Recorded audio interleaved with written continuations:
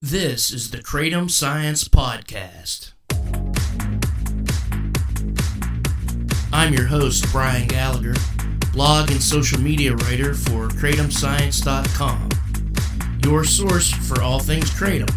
Jaclyn O'Shea is an Afghanistan war veteran, an Appalachian trail hiker, a PTSD survivor, a veterinarian, a Kratom advocate, and our neighbor on the north side of Pittsburgh, Pennsylvania.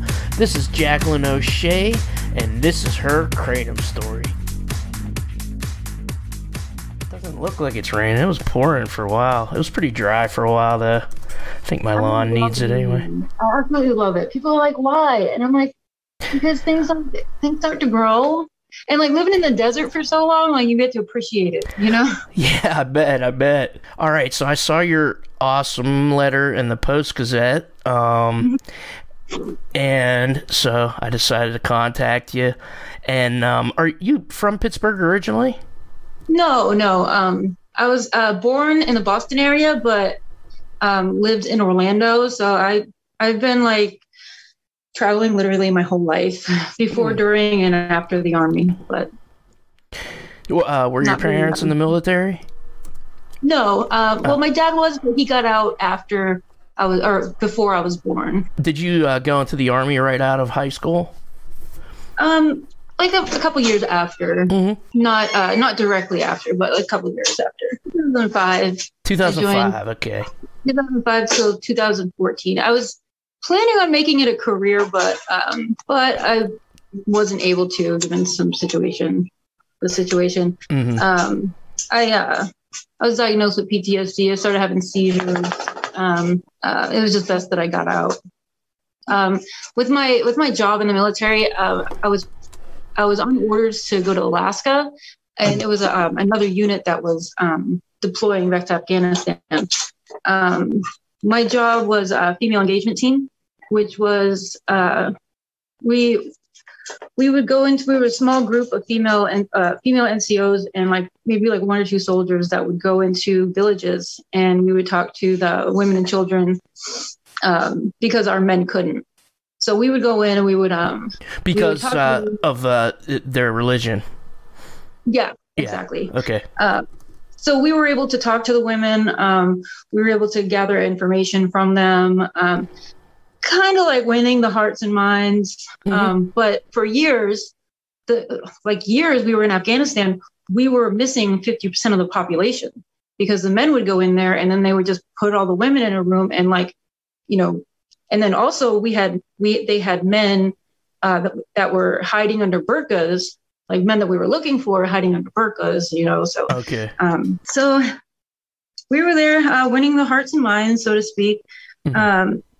And in 2013, when my husband passed, I was like, I have to get out. Somehow I have to get out.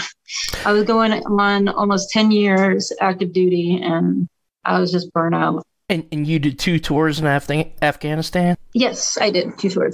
So you did 2 tours. So how long is one tour? 1 year. What part of Afghanistan was it?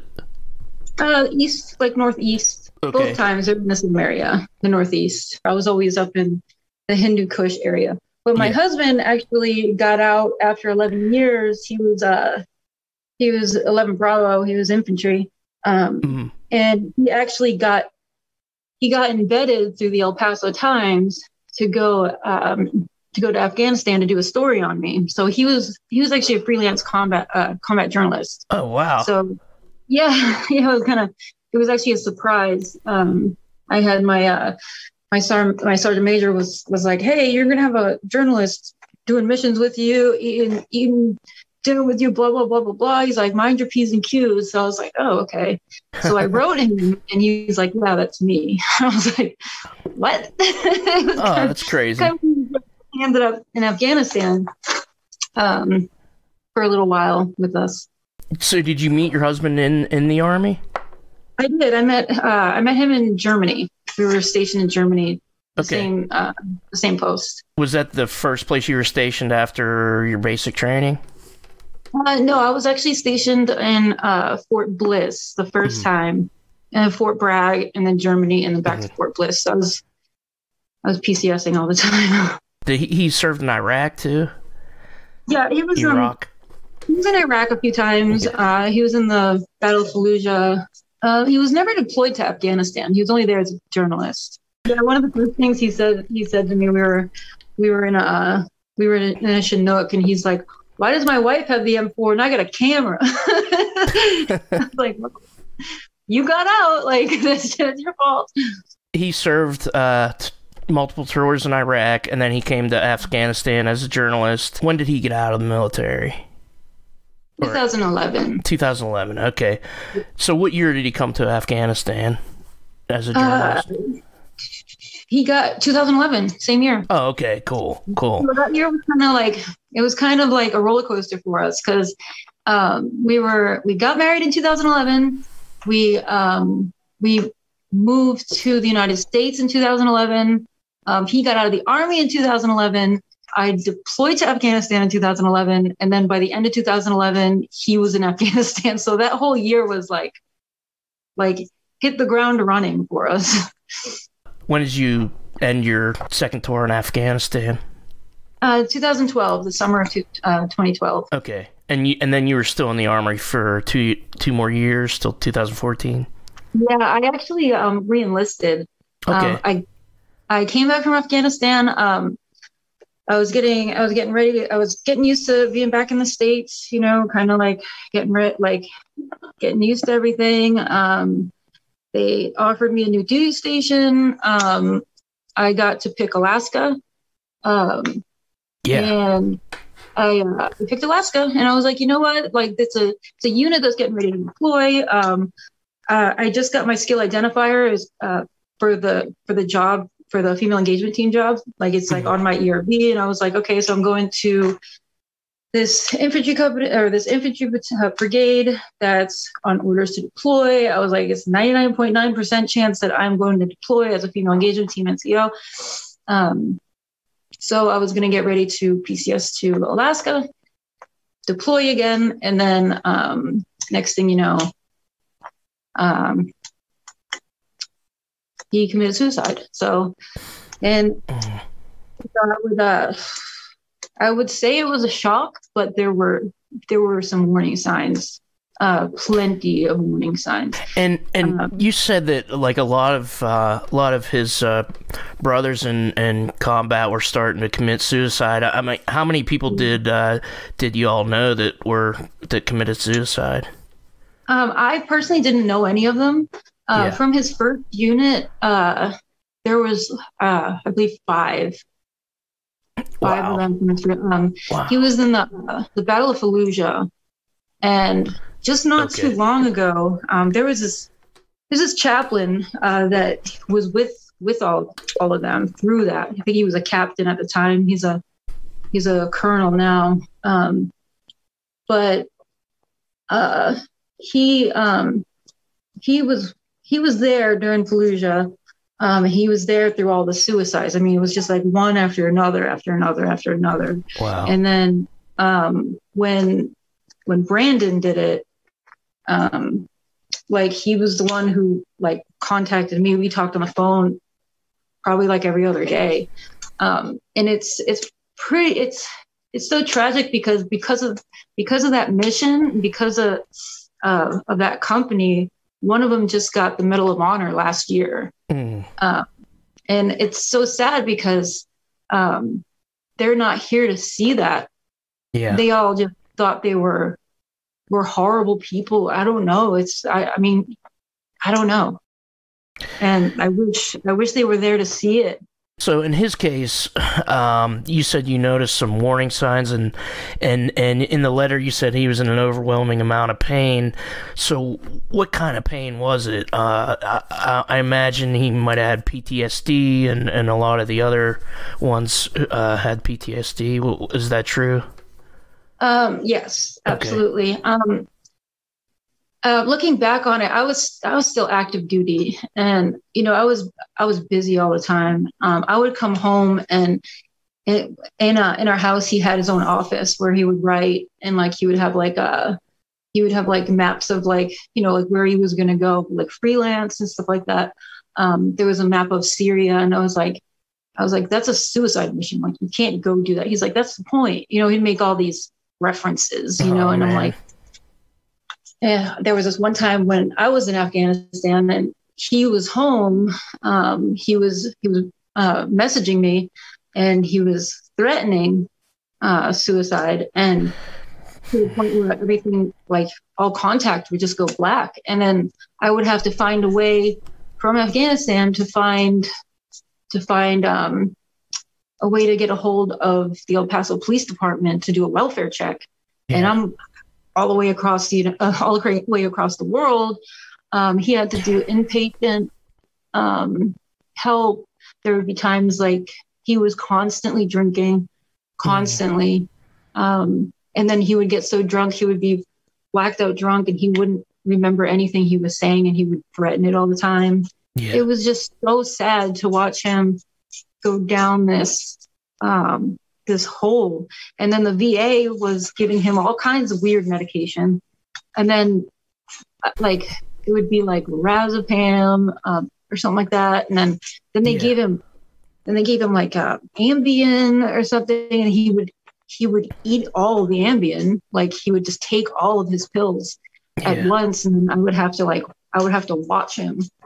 Yeah. I would have to like regulate it. Like, so we didn't have a perfect marriage. I mean, we did not. It was a really, really, really hard. Mm-hmm. And when I got the knock on the door that night with the detective, I was literally just sitting there at watching TV, and I thought he got arrested. Mm-hmm. So I was like, oh my Lord, what happened? You know what I mean? I'm like, oh no, what happened? And that's when they told me, and it was almost like I knew it was going to happen. Mm-hmm. And I hate to say that, but it was like, it was shocking, but it's like all the warning signs were there.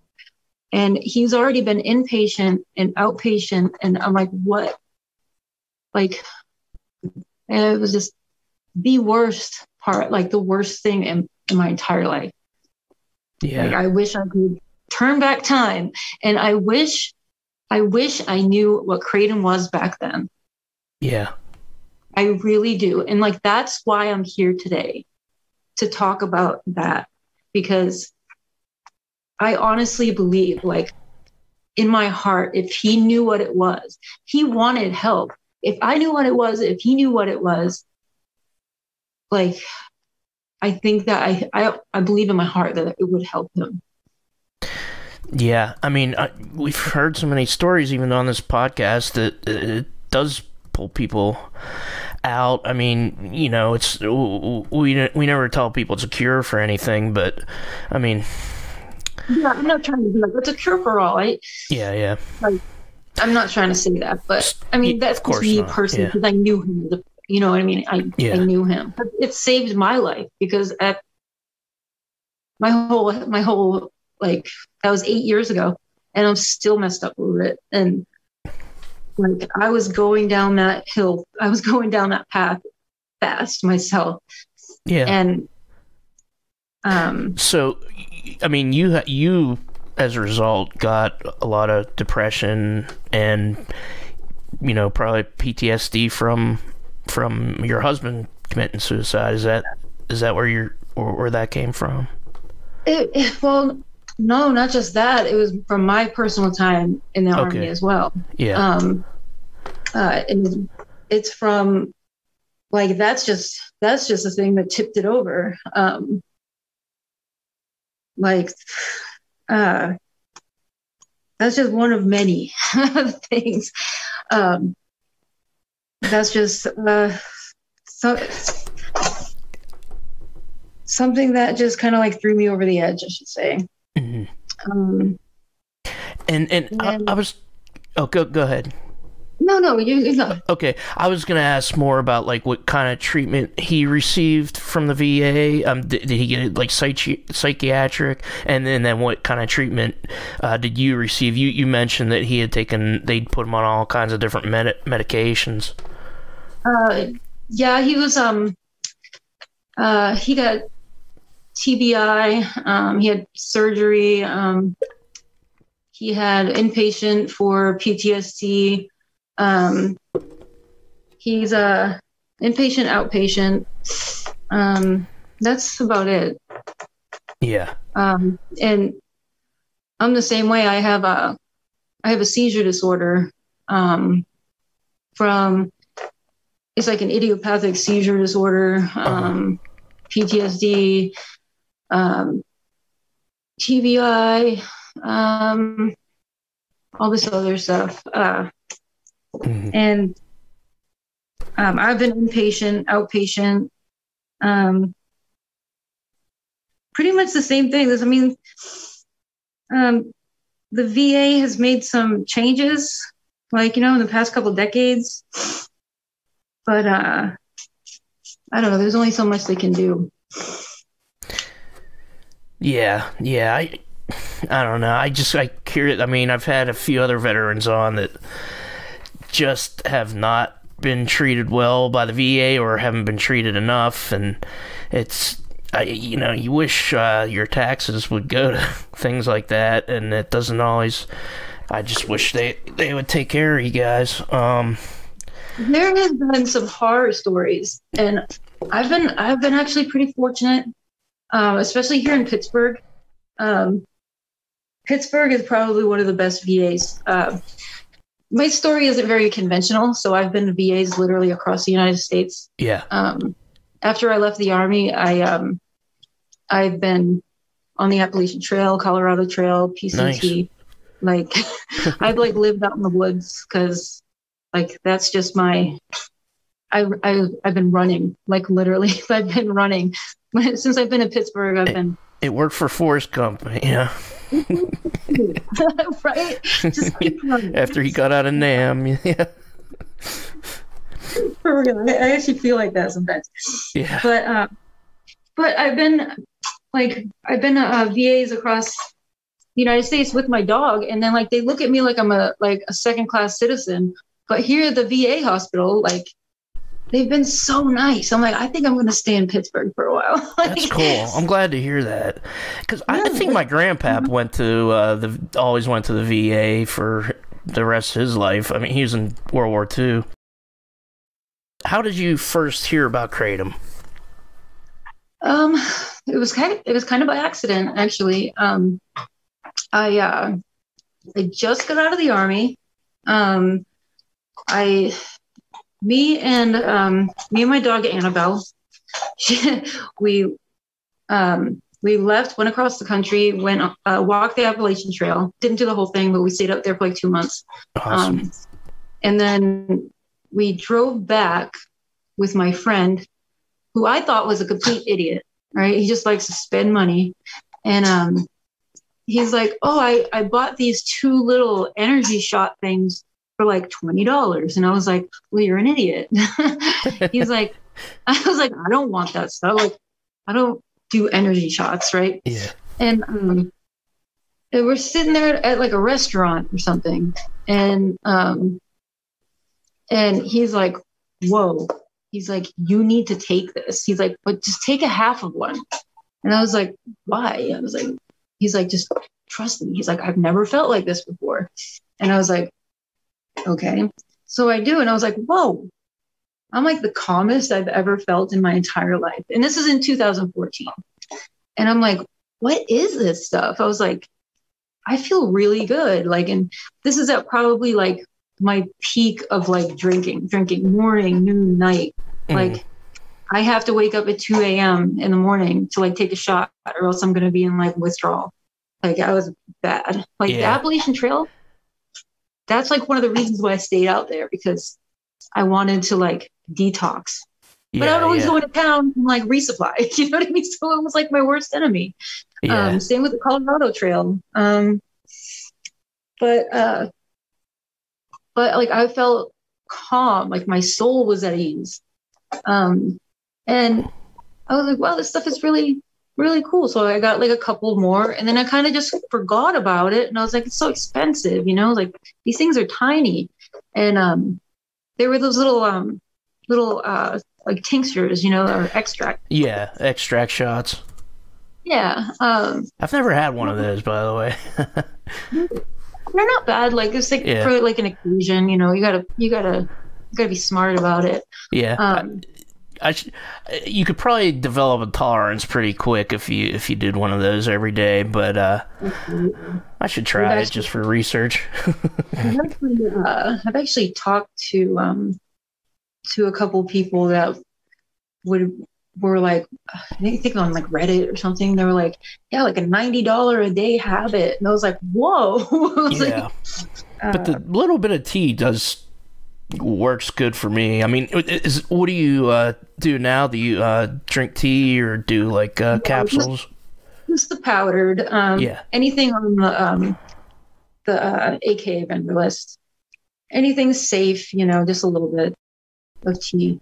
When I first started actually using it to better myself, I moved to Florida for a little while after a couple months after I got out of the Army, and I was like, I wonder, I want to do some research, about Kratom, and I started doing some research, and then a couple of years go by, and after I traveled and like was out in California and Colorado, living out in the woods in Pikes Peak, I'm like a hippie. Yeah. I came here to Pittsburgh to go to vet tech school because. Oh, cool! The one downtown. Yep, I graduated last year. I probably walk past you because I get the bus down there and then walk over to the north side. Started looking into the AKA, and I found Keeping It Glassy. They like literally helped me through school. So when I found the vendor list, I just started using the powder off the AKA, like suggested AKA vendor list, and it literally helped me through school. I didn't have like the need to drink, thank God. I was going to ask you about that. Did you intend to stop drinking? You probably did, but I've heard a lot of people, they also drink and then they start taking Kratom a couple days a week and they just lose interest in drinking. Is that how it happened for you, or did it help you stop? It helped me stop. Yeah. Like I knew like I was gonna get nowhere in life. Like my attitude was different when I drank. I was a horrible person. Like I couldn't stand people. Like I was a jerk. I was like, I didn't like anybody. Like I'm like, I'm going to end up being like a horrible old lady sitting at the end of the bar. You know what I mean? Like, broke. I'm going to end up spending all of my money. Like, it's just, I don't want that for myself. Yeah, like, I'm not going to be able to function at school. I'm not going to be able to like finish my degree. Yeah. I'm not. And then being in the medical field, like, could you imagine if you were in a surgery room and then you were trying to put like a catheter and your hands are so shaky, you'd be killing kittens left and right. Exactly. And I would not be that person. I mean, mistakes happen when you're completely sober. Yeah. And it's like, I don't want to be that person. And Kratom helped me get my life back. Yeah. And I'm not saying I'm trying to be careful with what I say. Like it's a cure-all, because I'm not trying to say it's a cure-all at all. I'm just trying to say it helps me personally. I wanted to give back. So now I'm trying to like volunteer my time. Like I don't have that much money to donate, but like I want to donate some of my time, or at least get my story out there to hopefully try to fight. Because if it wasn't for the AKA, Lord knows where I would be, because it would be illegal right now. Yeah, they definitely had a good grassroots thing going back in 2016 when they stopped. The DEA actually reversed their decision, and the last episode I just put out, I do part of these, I do interviews, and part of them I do what we call Journal Club with this neuroscientist he's right over the border in Ohio, but we were looking at the FDA's explanation for why Jane Babin wrote this white paper, and the FDA was like omitting information on these kratom-related deaths. It was people with mitragynine in their blood, but they would omit the fact that they also had toxic levels of O-desmethyltramadol. They would omit the fact that a guy got killed with a gunshot wound and he happened to have kratom. And so when we see kratom-related deaths in the paper, that's what it is. There's a woman in Florida. It was on one of the Leaf of Faith. Kristen Jacobs. I just listened to that podcast. She was wrong. Let's put it that way. I lived in Florida, like I said, after the Army. It was 2014 to 2015. And I had a friend who was in the Army, who got out and became a police officer. And there was this kratom crackdown, and I think it was from the same woman. Yeah, same woman. Well, he's like, I didn't know, because I was like, well, yeah, like that's when I was researching it. And he's like, I don't know what the big deal is. He's like, they want everybody to, like, if you pull somebody over with it, like arrest them for this or like confiscate it. And like, he's like, so I wanted to find out what the big deal was. So I decided to buy some, and I did it. And he's like, what's the big deal? And he's like, there's no big deal. What are you going to do? Are you going to get a job here in Pittsburgh? Well, here's my plan. Well, I'm going back to school here in August. It was going to be biology, but I'm linking up with organizations called like Mission Rabies or Worldwide Veterinary Service. Mm-hmm. They go to places like India and Africa, and they do mass spay neuters, and they do mass rabies vaccinations. So that's my plan as of right now. Last year I was supposed to be in Belize for my externship, but COVID hit. I paid them thousands of dollars too. And, I was not able to go. But it was at the Belize Wildlife Institute. So my plan is to travel and do veterinary medicine at the same time. But I was hoping, since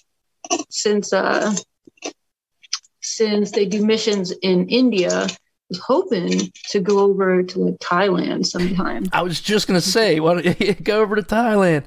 They just legalized it there after 77 years of. I mean, they had it for medicinal for the past couple of years, but yeah, they just legalized kratom. I just read that.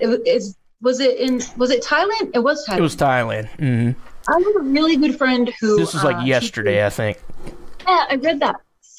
I have a really good friend who teaches English over there too. Any withdrawal effects or anything like that? I have had a little bit of withdrawal, to be honest. Mm-hmm. And it's insomnia. And it's really not like that. I would take insomnia over alcohol withdrawal any day. Yeah. Like it was probably a couple months ago.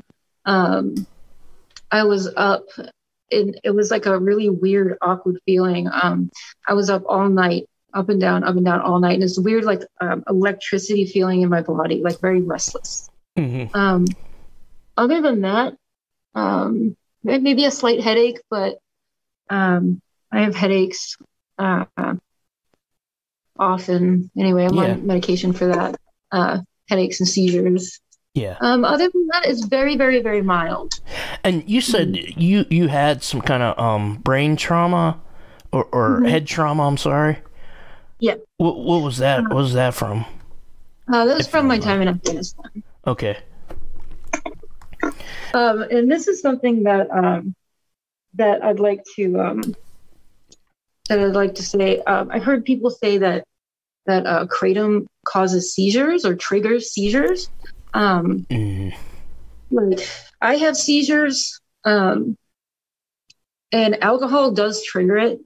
I know alcohol causes some seizures, but in my case, like it triggers it more. So, like I'll have it with or without. Since I've been using kratom or consuming kratom, it has not triggered my seizures like once. It's been, so I'm like, I read about this and I'm like, something about triggering seizures. And I'm like, I think I would know. I know it's like a case by case basis. They're extremely rare case reports where they're exacerbating like either rare effects or effects that could be attributed to something else.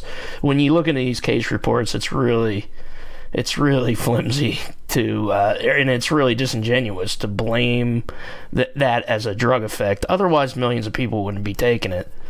Absolutely. So, yeah. And so, do the powder, do you do like a toss and wash? All right, toss and wash is like too much for me because I don't know if it's psychological, but I don't like it either. It's like kratom is probably the most foul tasting stuff I've ever had. Like, the tea sucks too, and that's what I drink. If like somebody's like, "Oh, you should bake with it. It won't be that bad." I'm like, really? No, thank you. But like I'll actually just mix it with like something like cranberry juice or even like lemonade powder, and then just mix it. And then I'll just chug it really fast, and then I'll eat like a cracker right afterwards just to get that taste out of my mouth. Yeah. Some people I've been reading about, some people are like, no, you should try the toss and wash. And I'm like, oop, sorry. They're like, you won't taste it. I'm like, but a lot of people swear by it. So do you have preferred strains like a red, green, white? I actually don't really have like a preferred strain. I like Bali or Malaysian. And I don't know exactly what kind of strain it is. Let me grab it real quick.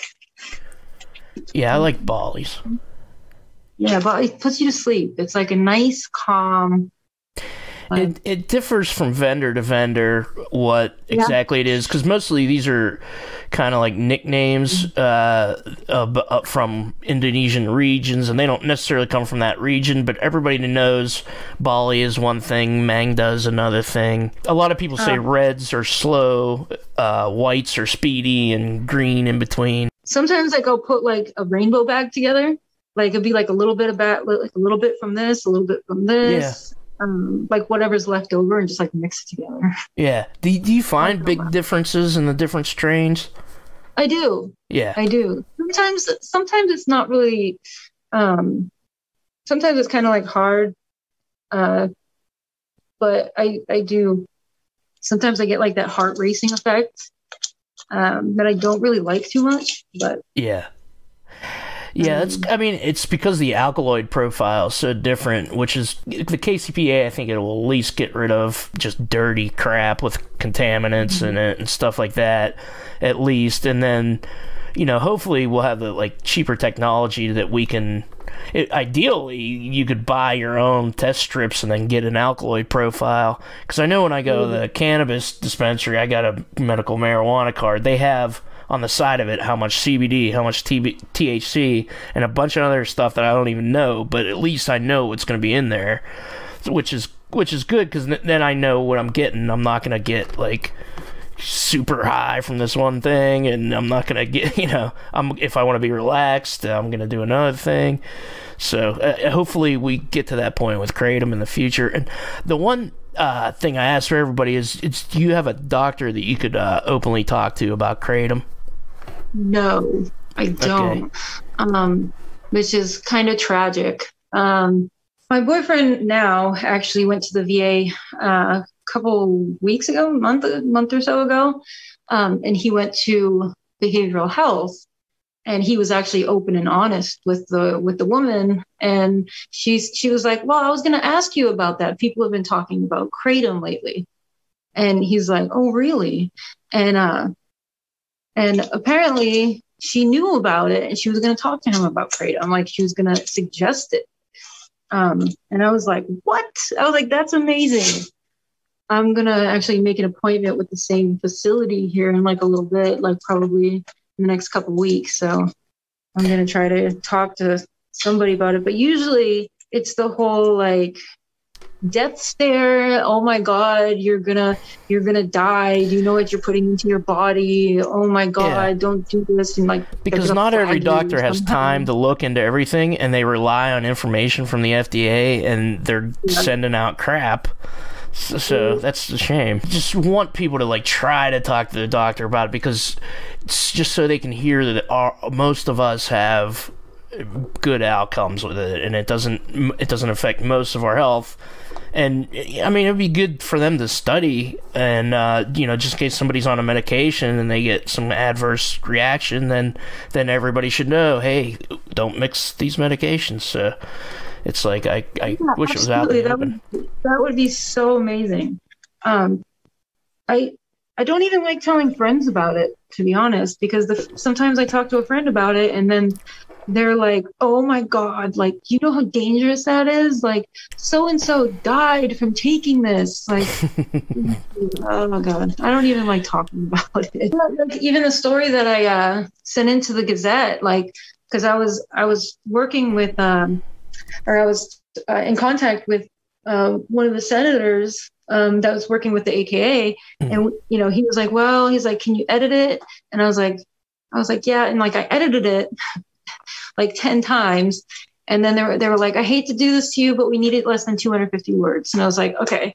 And then I edited it again. And then he's like, send it into the Post Gazette. And I was like, okay, sent it in. And then the Post Gazette's like, what is this for?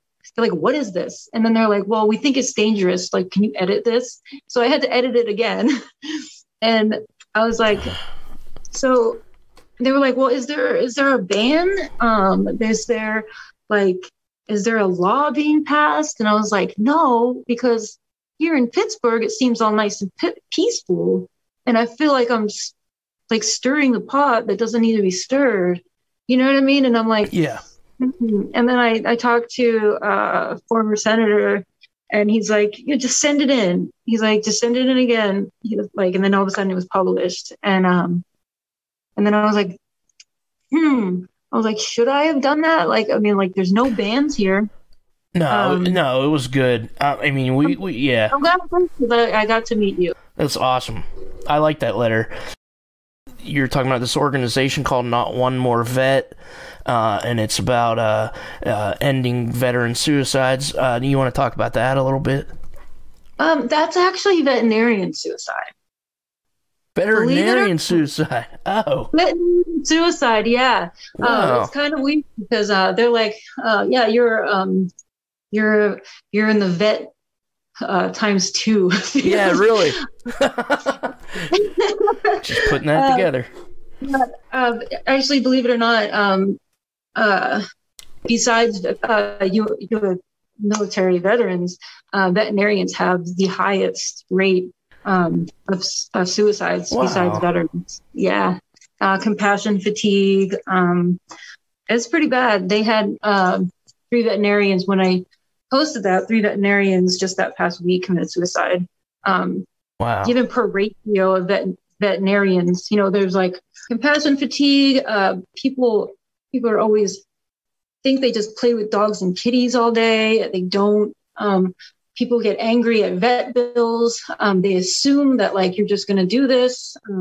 It's like your job. Like, why aren't you doing this? And then like they get compassion fatigue, and then they have to sit there, watch these dogs like pass away or like get hit by cars. And then they say the Humane Society, you get people surrendering dogs because they pooped on the floor once. Yeah. And then oh God, I hate those people. You see abuse all the time. Constantly. It's just, so people don't know that, but veterinarians have a very high suicide rate. So treat your veterinarians nice, treat your vet staff nice. Thank you, Jaclyn O'Shea. We are so grateful to be your neighbor in Pittsburgh. Hell yeah, Not One More Vet is at nomv.org. The music is Memories of Thailand by Risey. The Kratom Science Podcast is written and produced by me, Brian Gallagher, for KratomScience.com. Take care.